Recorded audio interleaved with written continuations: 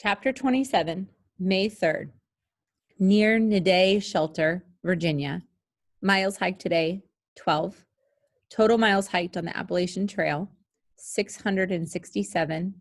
Weather, cooler, clear, and sunny. Vivi left us that day. She had been in a strange mood all morning. She had been walking fast and waiting when we caught up, with an uncharacteristically impatient look on her face. At lunch, she didn't want to rest. She wanted to keep going. Mom, on the other hand, wanted a nap. They stood facing each other and spoke like they were bad actresses in a play, reciting lines they didn't mean. No, if you're tired, we should rest. No, if you'd like to keep going, I'm fine.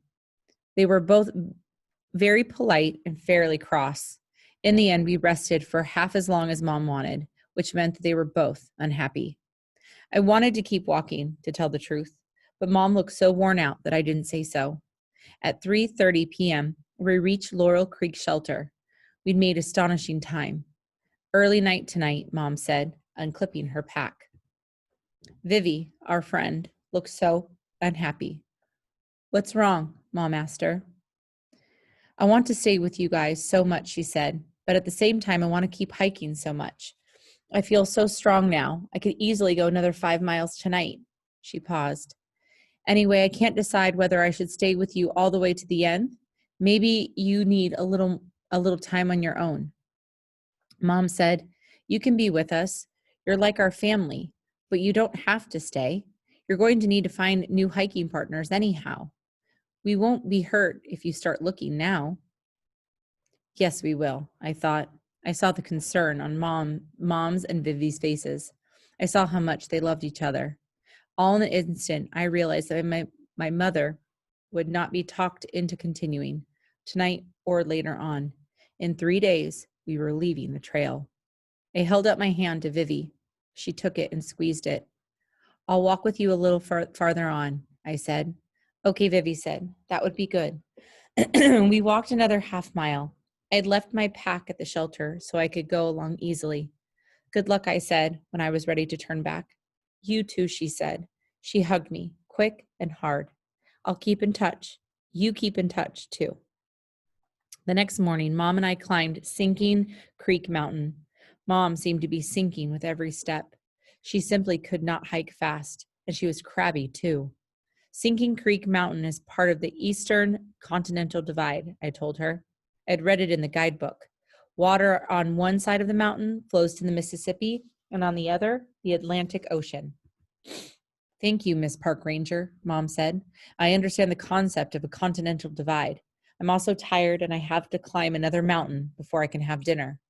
No, you don't, I said. We can stop before then. We were going to get to Pickle Branch. We can stop right here. She looked around and said petulantly, no, we can't. It's not a good place, and I want a pizza.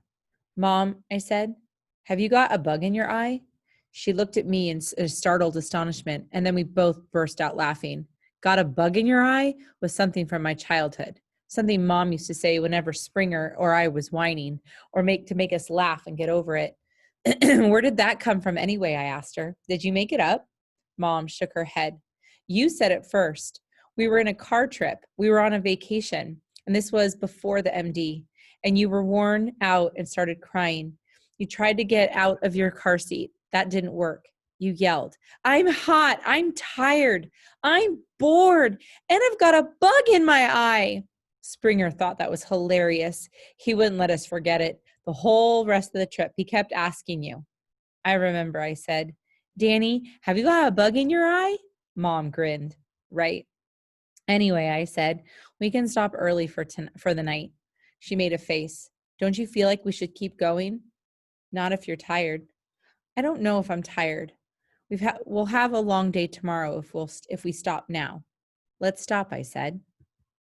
It turned out to be an important afternoon.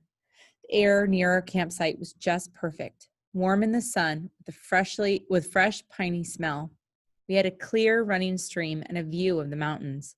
I filtered water and set up our tents, then pulled some of our grubbier clothing out of our packs and washed it in the stream with the Dr. Bronner's soap that doesn't hurt the fishies. I figured we had enough time so the clothes could dry in the sun.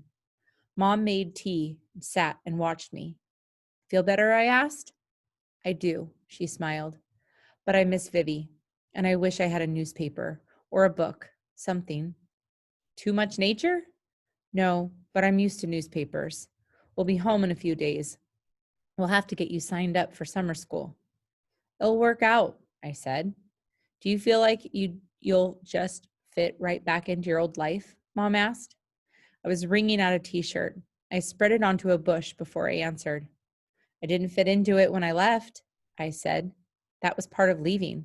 I think I'll fit into something now. I could call Tanner, maybe. If she wants to be friends again, I guess. Maybe I could be too. Or I can find some new friends, probably. I guess I haven't thought about it. What have you thought about? I looked at the trees and stream. I can't remember. I don't know what I'll do, Mom said. This whole time we've been out here, I haven't been able to think of a single thing I'd like to do when I get home. I thought you wanted to get pizza, I said. She laughed and threw a handful of grass at me. It's been a treat getting to hike the trail a second time with you. I thought of the blisters and the mud and the bugs and the days of nothing but noodles for dinner. Maybe someday you'll get to do it again with your daughter, she said. Oh, that hurts so much. I'm never having children, I said. Don't you understand? Her face closed up. I don't think your childhood has been that horrible, she said. We always did our best.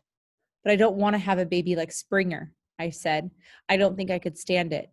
I wish I could, but I really can't. Water from the wet shirt dripped on my feet. Mom stood still, staring at me. She looked shocked. Oh, honey, she said. She sprang up and wrapped her arms around me, cradling me tight against her chest. Oh, honey, I didn't know you were worried about that. I'm so sorry. I'm so sorry.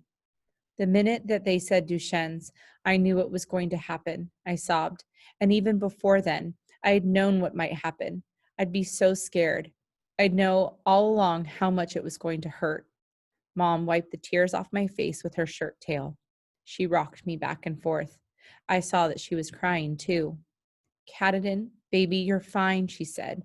Listen, you're fine. You don't carry the Duchenne gene. You're going to have healthy babies. Don't you remember? I felt like someone had just poured ice cold water down my back. Goosebumps rose up on my arms. Remember what? We had you tested to see if you were a carrier. I understood how genetics worked. Mom had a bad gene, so there were 50-50 chance that every boy she had would have Duchenne's and die, and a 50-50 chance that every girl she had, including me, would have the bad gene and pass it on to her kids. Flip a coin. Tails, you lose. I didn't remember a test. I didn't know there was a test. I guess you weren't old enough to understand, Mom said. I thought you were. We told you all about it when we had it done. We had to. We wanted to test you tested early because we thought you needed to know growing up. We thought you did know. You never said. We did say, I promise you. She wiped my face. Oh, honey, we did. I didn't realize that you didn't understand. I guess we all put it out of our minds since we knew we didn't have to worry. I'm so sorry that you were worried still. Healthy babies? No more dying? A girl to hike with me someday? Or even a boy? A whole future without any more Duchenne's? Did Springer know? I asked. We told him and we told you, she said. Then he knew, I said. Springer never forgot anything. I'm sorry, Mom said again. It's okay, I said. My whole future would change now. Everything I thought, everything I knew. I looked up, expecting to see a hawk or an eagle or something soaring in the wind, like my hopes were soaring, like my happiness. The clear blue sky was empty. I listened to the creek splashing its way over the rocks. I felt the sun hot on my cheeks. Everything seemed new, and I was filled with joy.